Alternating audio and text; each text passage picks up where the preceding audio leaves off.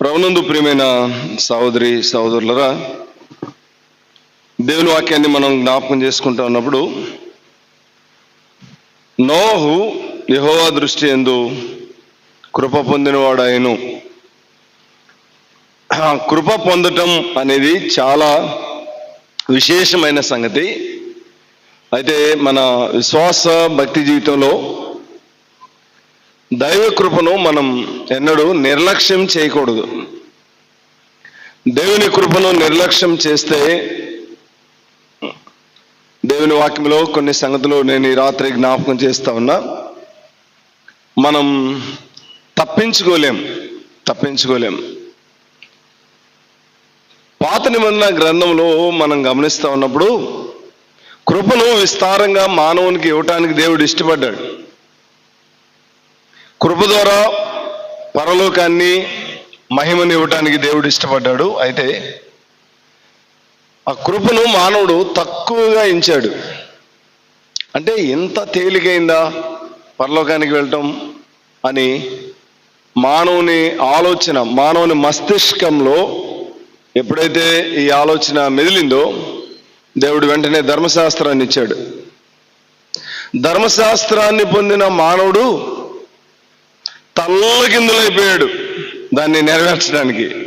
10 ఆజ్ఞలు నెరవేర్చడం మానవునికి కత్తి మీద సాము అయింది, కానీ అందులో మానవుడు ఫెయిల్ అయ్యాడు. పరలోకమందున్న దేవుడే మానవుని ఎడల విశేషమైన కృపను మరలా మానవునికి ఇవ్వటానికి ఆయన భూలోకానికి ప్రత్యక్షమయ్యాడు. కలువరి శిలువలో తన పరిశుద్ధ రక్తాన్ని చిందించి ఆ రక్తధారలో మానవుని పాపములను ఆయన పరిహరించాడు. ఈ రాత్రి దైవ కృపను గురించి కొద్ది సంగతులు నేను మీకు జ్ఞాపకం చేస్తా ఉన్నా. కొంచెం జాగ్రత్తగా వినాలి. కృపను పొందటం అనేది చిన్న సంగతి కాదు, చాలా గంభీరమైంది, చాలా ఖరీదైంది. కృపను పొందటం కృపను పోగొట్టుకున్న వారు చాలా మంది ఉన్నారు. అయితే ఈ రాత్రి చేరి వచ్చిన మీరందరూ కూడా దైవ కృపను పొందాలని ప్రభుపక్షంగా ప్రేమతో మనం చేస్తూ ఉన్నాం. నోహు దైవ కృపను పొందినవాడు. ఏం పొందాడు? దైవ కృపను పొందాడు. దైవ కృపను పొందిన వ్యక్తి ఎలాంటి ఉన్నతమైన స్థానంలోనికి వచ్చాడో నేను జ్ఞాపకం చేయకముందు, దైవ కృపను పొందితే 3 విజయాన్ని దేవుడిస్తాడు. 3 విజయాన్ని దేవుడిస్తాడు. నంబర్ 1 చూడండి, పరిశుద్ధ గ్రంథంలో రోమీయులకు రాసిన పత్రిక 6వ అధ్యాయం చూడండి. పరిశుద్ధ గ్రంథంలో రోమీయులకు రాసిన పత్రిక 6వ అధ్యాయం 14వ వచనం. మీరు కృపగే గాని ధర్మశాస్త్రమునకు లోనైన వారు కారు గనుక పాపము మీ మీద ప్రభుత్వం చేయదు. ఈ మాట చదివినప్పుడు నాకు చాలా ఆశ్చర్యాన్ని, విస్మయాన్ని కలిగించింది. చూడండి, మీరు జాగ్రత్తగా వినాలి ఈ మాటలు. మీరు కృపకు లోనైన వారు గనుక, అంటే కృప పొందిన వారు గనుక ఏం ప్రభుత్వం చేయదు చెప్పండి? పాపము మీ మీద ప్రభుత్వము చేయదు. ఈరోజు చాలా మందికి ఉన్న భయం ఏంటంటే పాపము చేతిలో ఓడిపోతా ఉన్నారు. నమ్ముకున్నామని చెప్పుకుంటున్న ప్రజలు కూడా చాలా మంది ఓడిపోతా ఉన్నారు. కారణం ఏంటంటే వాళ్ళు కృపలో లేరు.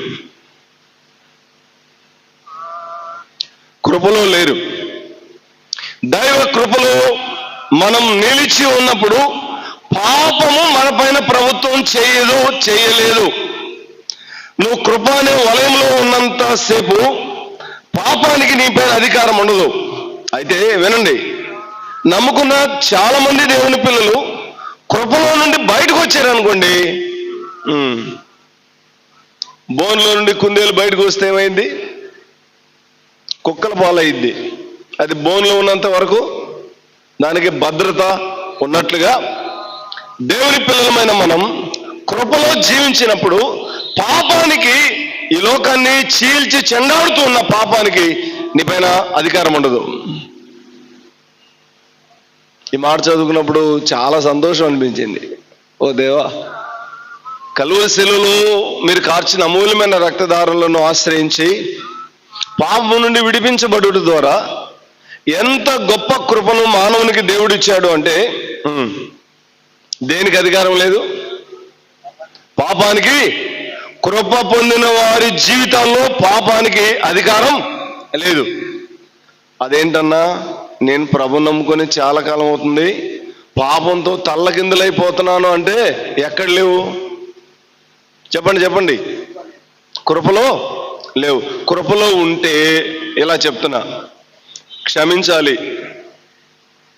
ప్రేమించాలి, సహించాలి, ఓర్చుకోవాలి, ప్రభువు చూపినవన్నీ మనం చేయాలి. అంతే. అర్థమైందా? నేను క్షమించను అంటే ఏమవుతావు? కృపలో నుండి పక్కకు వస్తావు. పక్కకు వస్తే ఏమైంది? దేనికి అధికారం వచ్చింది? పాపానికి అధికారం వచ్చింది. అడవిలో ఉన్న పెద్ద పులి ఊర్లోకి వచ్చినట్టు ఉంటుంది. అర్థమైందా? ఏమైంది? చీల్చి వేస్తుంది పాపం. చాలా మంది పాపం చేతిలో ఓడిపోయిన అనుభవాన్ని కలిగిన వారు ఉన్నారు. దేవుని వాక్యాన్ని మనం జ్ఞాపకం చేసుకుంటా ఉన్నప్పుడు, ప్రభునందు ప్రియమైన సహోదరి సహోదరులరా, నేను త్వరగా జ్ఞాపకం చేస్తాను. దీనిపైన ఎక్కువ నిలబడి మాట్లాడాలని ఉన్న సమయభావాన్ని బట్టి నేను దాటి వెళ్తాను. ఒకటి, పాపానికి కృప పొందిన వారి జీవితాల్లో పాపానికి ఏముండదు? అధికారం ఉండదు. అధికారం ఉండదు. నేనైనా నువ్వైనా చాలాసార్లు మన జీవితాల్లో పాపానికి అధికారం వస్తుంది అంటే ఎక్కడో తప్పిపోయాం. అందుకే ఆయన కృపాసనం దగ్గరకు వచ్చి కృప వెంబడి కృపను పొందాలి. దేవుని కృపాసనం దగ్గరికి రావాలి. దేవుని కృపాసనం దగ్గరికి రాకుండా చాలాసార్లు నీ మనస్సాక్షి, నీ శరీరము, లోకము నిన్ను అడ్డుకుంటాయి. దేవుని వాక్యంలో నేను జ్ఞాపకం చేస్తా రెండో మాట, మరణానికి ప్రభుత్వం ఉండదు. ఇక్కడే మనం చదువుకున్నాం.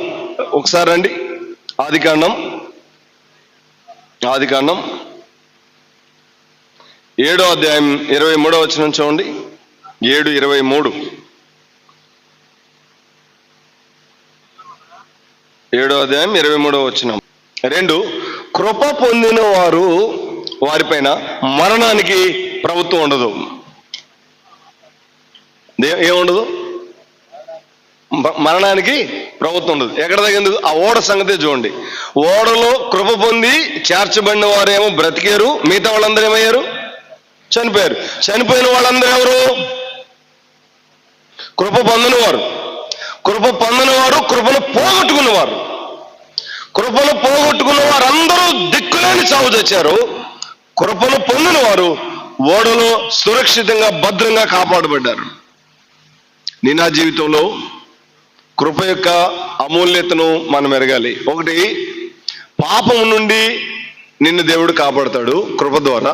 2, మరణము నుండి ప్రభు నిన్ను కాపాడతాడు. 3, అపవాది నుండి ప్రభు నిన్ను కాపాడతాడు. నేనుండి అపవాది నుండి. యోబు గ్రంథం రండి. యోబు గ్రంథం 1వ అధ్యాయం 10వ వచనం. యోబు గ్రంథం 1వ అధ్యాయం 10వ వచనం చూడండి. అతని ఇంటి వారికి అతనికి కలిగిన సమస్తమునకును చుట్టూ కంచె వేసితివి కదా, అతని చేతి పనిని దీవించుడు చేత. చాలు. నీవు అతని ఇంటి వారికి ఏం వేశావు? కంచె వేశావు. ఎటు చూడండి. దేవుడు ఏం వేశాడు?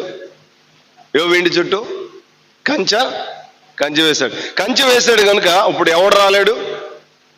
అపవాది వచ్చి వారిని ఏమీ చేయలేడు. ప్రభు పిల్లల జీవితాల్లో దేనికి అపవాది అడుగు పెట్టడానికి కూడా అవకాశం లేదు. దేవుడు చుట్టూ కంచె వేశాడు. నేను 3 సంగతులు చెప్పాను. కృప పొందిన వారి జీవితాల్లో 3 అనుభవాలు. నంబర్ 1, 1, పాపానికి అవకాశం లేదు. 2, మరణానికి అవకాశం లేదు. 3, అపవాదికి అవకాశం లేదు. ఇవి మీరు చెప్పండి, కృప పొందిన వాడు ఎంత హుందాగా, దర్జాగా, సంతోషంగా, ఆనందంగా జీవించగలడు ఈ లోకంలో? పరలోకమందున్న దేవుడు మానవునికి కృపను ఇవ్వటానికి ఆయన భూలోకానికి దిగివచ్చాడు. కృపను ఇవ్వటానికి ఆయన భూలోకానికి దిగివచ్చాడు. మానవునికి ఆయన కృపను ఇవ్వటానికి ఇష్టపడ్డాడు. దేవుని వాక్యాన్ని మనం జ్ఞాపకం చేసుకుంటూ ఉన్నప్పుడు ఇటు విశేషమైన కృప మానవునికి ఆయన అనుగ్రహించి మానవుణ్ణి ధన్యుని చేశాడు, మానవుణ్ణి భాగ్యవంతునిగా చేశాడు. ఒకసారి ఒక మాట చూడండి. కృప యొక్క ఔన్నత్యాన్ని గురించి నేను కొంచెం జ్ఞాపకం చేస్తాను. దానికి ముందుగా యోహాను సువార్త 1:16-17 చూస్తారా? ఆయన పరిపూర్ణతలో నుండి మనమందరము కృప వెంబడి కృపను పొందితిమి. ఎడ్జోండి. ఆయన పరిపూర్ణతలో నుండి మనమందరం ఏం పొందాం? కృప వెంబడి కృపను పొందాం. ఆ మాట జ్ఞాపకం చేస్తూ, ధర్మశాస్త్రము మోషే ద్వారా అనుగ్రహింపబడెను, కృపయు సత్యము యేసుక్రీస్తు ద్వారా కలిగెను. కృప మానవునికి అనుగ్రహించటానికి, కృపను మానవునికి ఇవ్వటానికి సింహాసనాసీనుడైన ప్రభు భూలోకానికి దిగివచ్చి కల్వరి శిలువలో తన అమూల్యమైన రక్తాన్ని కార్చి సమాధి చేయబడి ప్రాణదానం చేసి మహిమలోనికి వెళ్ళాడు. ఎందుకంటే కృపను ఇవ్వటానికి. కృప ద్వారా నువ్వు పాపాన్ని జయించగలవు. కృపను పొందితే పాపాన్ని జయించగలవు. కృపను పొందితే మరణాన్ని జయించగలవు. 5:24 ప్రభు చెప్పాడు, నా యందు విశ్వాసం ఉంచువాడు మరణములో నుండి జీవంలోనికి దాటి ఉన్నాడు. మానవునికి దేవుడు కృపనిచ్చాడు, మరణములో నుండి జీవంలోనికి దాటించాడు. అంతేకాదు, అపవాది నీ పైన కన్నెత్తి చూడటానికి కూడా అవకాశం లేదు.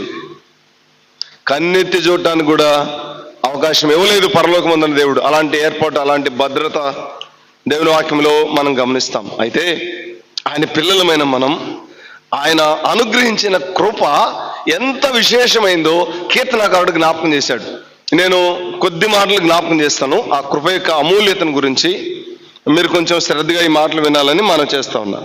కీర్తన గ్రంథం 36:7 చూడగలరా? త్వరగా. కీర్తన గ్రంథం 36:7. దేవా, ఆహా, నీ కృప ఎంతో అమూల్యమైనది. అమూల్యమైనది అంటే అమూల్యమైనది. కృపకి రేటు కట్టడానికి, విలువ కట్టడానికి ప్రపంచంలో ఏ మానవునికి చేత కాదు. అది అమూల్యమైంది. ఒకటి, ఆయన రక్తం అమూల్యమైంది. ఆయన మానవుకి ఇచ్చిన కృప అమూల్యమైంది. నంబర్ 1. రెండో మాట జ్ఞాపకం చేస్తాను. 36:5 చూడండి. యెహోవా నీ కృప ఆకాశమునండుచున్నది, నీ సత్య సందత్వము అంతరిక్షమునండుచున్నది. దేవుడు మానవునికి ఇచ్చిన కృప ఎంతదంటే చిన్నది కాదు. ఆకాశమునండేటంత విశేషమైన కృపను ఆయన మానవునికి అనుగ్రహించాడు. 31:16 చూడండి. నీ సేవకుని మీద నీ ముఖకాంతి ప్రకాశింప చేయము, నీ కృప చేత రక్షింపము. దేవుడు కృప ద్వారా, కృప పొందిన వారికి ఏమిచ్చాడు? తన ముఖకాంతి. ఒక మాట జ్ఞాపకం చేస్తున్నా, అదేంటంటే ఏ నరుడు దేవుని చూసి బ్రతక లేడు. అలాంటి వానికి కృపను ఇచ్చి తన ముఖం చూపించడానికి దేవుడు ఇష్టపడ్డాడు. కొన్నిసార్లు కొన్ని వచనాలు అర్థమైతే కూర్చొని చాలాసేపు ఏడవాలనిపించింది. ఓ ప్రభువా, ఎంత కృప చూపావు ఈ దౌర్భాగ్యుని ఎడల, ఎంత కనికరాన్ని చూపావు నాయన, ఎంత కనికరాన్ని చూపావు. ముఖకాంతిని ఇవ్వటానికి ఇష్టపడ్డాడు కృప ద్వారా. కృప పొందిన వారికి ఏమి ఇవ్వటానికి ఇష్టపడ్డాడు? తన ముఖాన్ని. యుగాల నుండి మరుగు చేయబడిన ఆయన ముఖం కృపాసత్య సంపూర్ణుడిగా ఆయన ఈ లోకానికి దిగివచ్చుడు ద్వారా మానవాళి ఎదుట ఆయన తన ముఖాన్ని ప్రదర్శించడానికి ఇష్టపడ్డాడు. అంతేకాదు, ఆయన నోరు తెరిచి బోధిస్తుండగా 3 దినాలు భోజనం లేకపోయినా ఆయన మాటలు విని అలాగే చూస్తూ ఉండిపోయారు. మహిమగల దేవుడు మానవుని ఎడల చూపిన కృప చాలా చాలా విశేషమైంది. కీర్తన గ్రంథం 63:3 చూడండి. నీ కృప జీవము కంటే ఉత్తమము. నా పెదవులు నిన్ను స్తుతి. నీ కృప జీవము కంటే ఉత్తమం. చూడండి, బతికి ఉండటానికి మించి ఏం కోరుకుంటాం? అమ్మ అర్థమవుతుందా? ఎన్ని డబ్బులు పోస్తున్నాం హాస్పిటల్లో, ఎందుకు? బాగుండాలని, బతికి ఉండాలని. అవునా? జీవము కంటే ఉత్తమమైంది. మీరు ఆలోచన చేయండి ఈ సంగతి. దేవుడు మానవుని ఎడల చూపిన కృప ఎలాంటిది? జీవము కంటే ఉత్తమమైంది. జీవము కంటే ఉత్తమమైంది ఏదైనా ఉందంటే అది కృప మాత్రమే. కృప మాత్రమే. నేను వీటిని వివరించట్లేదు కానీ జ్ఞాపకం చేస్తా ఉన్నా. 90వ కీర్తన చూడండి, 14వ వచనం. ఉదయమున నీ కృపతో మమ్మల్ని తృప్తిపరచము, అప్పుడు మా దినములన్నీ ఉత్సహించి సంతోషించుదుము. కృపతో దేవుడు ఏం చేస్తాడు చెప్పండి? తృప్తిపరుస్తాడు. తృప్తిపరుస్తాడు.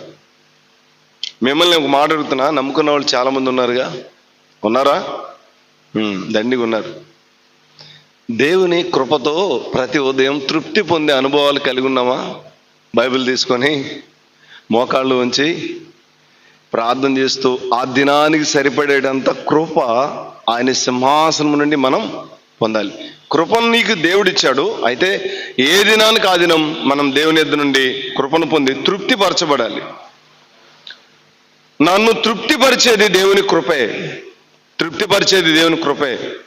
చూడండి, మంచి భోజనం కాదు, మంచి జీతం కాదు, మంచి ఇళ్ళు కాదు. కొన్ని ఇళ్ళు చూస్తే, కొంతమంది ఉద్యోగాలు చూస్తే, కొంతమంది ఉండే భోజనాలు చూస్తే మనం చాలా ఆశ్చర్యపోతాం. కానీ నిజానికి వాటి దేనిలో తృప్తి లేదు. తృప్తిపరిచేది దేవుని కృపే. నువ్వు తిన్నా తినకపోయినా, ఉన్నా లేకపోయినా నిన్ను తృప్తిపరిచేదేంటి? దేవుని కృపచేత తృప్తిపరచబడే అనుభవం. కృపచేత తృప్తిపరచబడే అనుభవం. మరో మాట జ్ఞాపకం చేస్తాను. 103వ కీర్తన 18వ వచనం. ఆయన కృప యుగ యుగములు నిలుచును, ఆయన నీతి వారి పిల్లల పిల్లలకు తరతరమున నిలుచును. ఆయన కృప యుగ యుగములు నిలుచును. ఎంత అద్భుతమైన దూరదృష్టితో దేవుని దాసుడు ఈ మాట రాశాడు. యుగాయుగాలు నిలిచేది దేవుని కృప. ఇంత ఘనమైన కృపను మనం మన జీవితాల్లో ఆస్వాదించాలి. ఆస్వాదించాలి. కృపలో ఆనందించాలి. కృపలో సంతోషించాలి. కృపలో సంతోషించాలి. నేను ఈ సందర్భంలో నోవాను గురించి ఒక 3 మాటలు జ్ఞాపకం చేసి ముగిస్తాను. ఎందుకంటే దేవుని దాసులు ఉన్నారు, మాట్లాడాలి. కృపను పొందితే అద్భుతమైన జీవితాన్ని మనం జీవించగలం. అద్భుతమైన జీవితాన్ని జీవించగలం. నంబర్ 1 రండి, పరిశుద్ధ గ్రంథంలో ఆదికాండం 6:18 చూడండి. 3 మాటలు జ్ఞాపకం చేస్తాను. ఆదికాండం 6వ అధ్యాయం 18వ వచనం. అయితే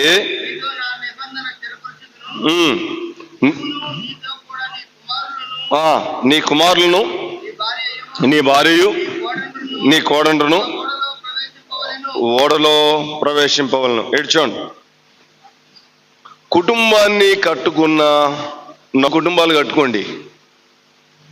ఏం కట్టుకోవాలి? కుటుంబాలు కట్టుకోండి. కుటుంబాలు కట్టుకోండి. నీ భర్త రక్షించబడలేదా? నువ్వు నిజంగా కృపను పొందితే, కృపలో నిలిచి ఉంటే మోకరించి ప్రార్థన చేయి. కన్నీరు కార్చి ప్రార్థన చేయి. దేవుడు ఖచ్చితంగా రక్షిస్తాడు. ఎలాంటి వారైనా విశ్వాసంతో కుటుంబాలు కట్టుకోవాలి. ప్రభు పాదాల మీద పడి ఏడ్చే అనుభవాన్ని కలిగి ఉంటే. నోహకి 3 పిల్లలు, 3 కుమారులు, 3 కోడండ్రు, భార్య. చాలాసార్లు భర్త మాట భార్య విందు, భార్య మాట భర్త విండు. కృప పొందాడు గనుక భార్య మాట వింటుంది, కుమారులు మాట వింటున్నారు, చిన్నోడు, పెద్దోడు, మూడోవాడు అందరూ మాట వింటున్నారు, కోడళ్ళు కూడా మాట వింటున్నారు. చాలా ఆశ్చర్యం అనిపించింది. కృపను పొందిన వ్యక్తి యొక్క జీవితం ఉన్నతమైన అనుభవంలో అతడు జీవించాడు. ఉన్నతమైన అనుభవంలో జీవించాడు. సహోదరి, భయపడకు, బాధపడకు, విచారపడకు. నువ్వు కృపను పొందితే దేవుడు నీ కుటుంబాన్ని అద్భుతంగా కడతాడు. 6:14-15. చితిసారం రాణుతో ఓడను చేసుకొనము, అర్రలు పెట్టి ఆ ఓడను చేసుకొని ఇంకా చాలా మాటలు ఉన్నాయి ఇక్కడ. ఎటు చూడండి, కృపను పొందిన వాడు ఓడను కట్టాడు. నాకు ఆశ్చర్యాన్ని కలిగించే విషయం ఏంటంటే 300 మూరల పొడవు, 50 మూరల వెడల్పు, 30 మూరల ఎత్తు. అమ్మా ఎటు చూడండి, ఈ హాల్ ఆ చివరి నుంచి ఆ చివరికి ఎంత ఉంటుంది? ఎన్ని మూరలు ఉంటుంది? ఒక 100 మూరలు ఉంటుందా? 100 మూరలు కూడా కష్టమే, ఉంటే ఉండొచ్చేమో,